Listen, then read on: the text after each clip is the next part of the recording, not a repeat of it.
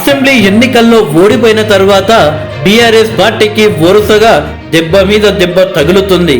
ఎన్నికల్లో BRS party ఓడిపోయిన 2 రోజులకే కేసీఆర్ గారు బాత్రూంలో జారి పడిపోవడంతో ఆయన బెడ్ రెస్ట్ కే పరిమితం కావడం, తాజాగా బీఆర్ఎస్ పార్టీకి సంబంధించిన 4 ఎమ్మెల్యేలు రేవంత్ రెడ్డి గారిని కలవడం కూడా బీఆర్ఎస్ పార్టీకి తలనొప్పిగా మారిపోయింది. పైగా అందులో ఒక ఎమ్మెల్యే రేవంత్ రెడ్డి గారిని పొగడ్తలతో ముంచెత్తడం, గతంలో మా పార్టీ అధ్యక్షుని కలవాలంటే నెలలకు నెలలు ఎదురు చూసుకుంటూ ఉండేది, ఇప్పుడు సీఎం రేవంత్ రెడ్డి గారిని ఒక్కసారి అపాయింట్మెంట్ అడగగానే వెంటనే ఇప్పించారు, నిజంగా కాంగ్రెస్ పార్టీ ఒక మార్పు తీసుకువచ్చింది అని సీఎం రేవంత్ రెడ్డి గారిని పొగడడం వల్ల బీఆర్ఎస్ పార్టీ చిక్కుల్లో పడ్డది. అయితే తాజాగా మరొక షాక్ బీఆర్ఎస్ పార్టీకి తగిలినట్టే తెలుస్తుంది.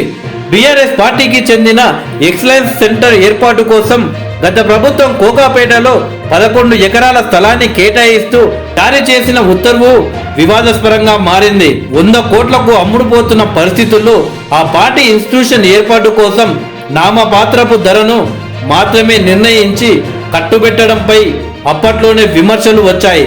దాదాపు 1100 కోట్ల విలువైన 11 ఎకరాల భూమిని కేవలం 37.53 కోట్లకు మాత్రమే అప్పచెప్పడాన్ని సవాలు చేస్తూ హైకోర్టులో పిటిషన్ దాఖలైంది. దీనిపై గురువారం విచారణ జరిపిన చీఫ్ జస్టిస్ నేతృత్వంలోని డివిజన్ బెంచ్ విచారణకు స్వీకరిస్తున్నట్లు పేర్కొన్నది.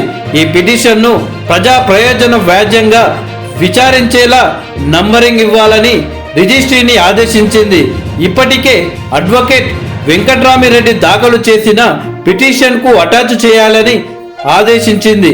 ఇందులో అప్పటి ప్రభుత్వ ప్రధాన కార్యదర్శి, రెవెన్యూ కార్యదర్శి, ఈ లావాదేవీలతో సంబంధం ఉన్న రెవెన్యూ అధికారులను ప్రతివాదులుగా పేర్కొన్న పిటిషనర్ వారిపైన కేసులు నమోదు చేయాలని కోరారు. పార్టీ అధ్యక్షుడిగా మాజీ ముఖ్యమంత్రి కేసీఆర్ పైన కేసు నమోదు చేయాలని కోరారు.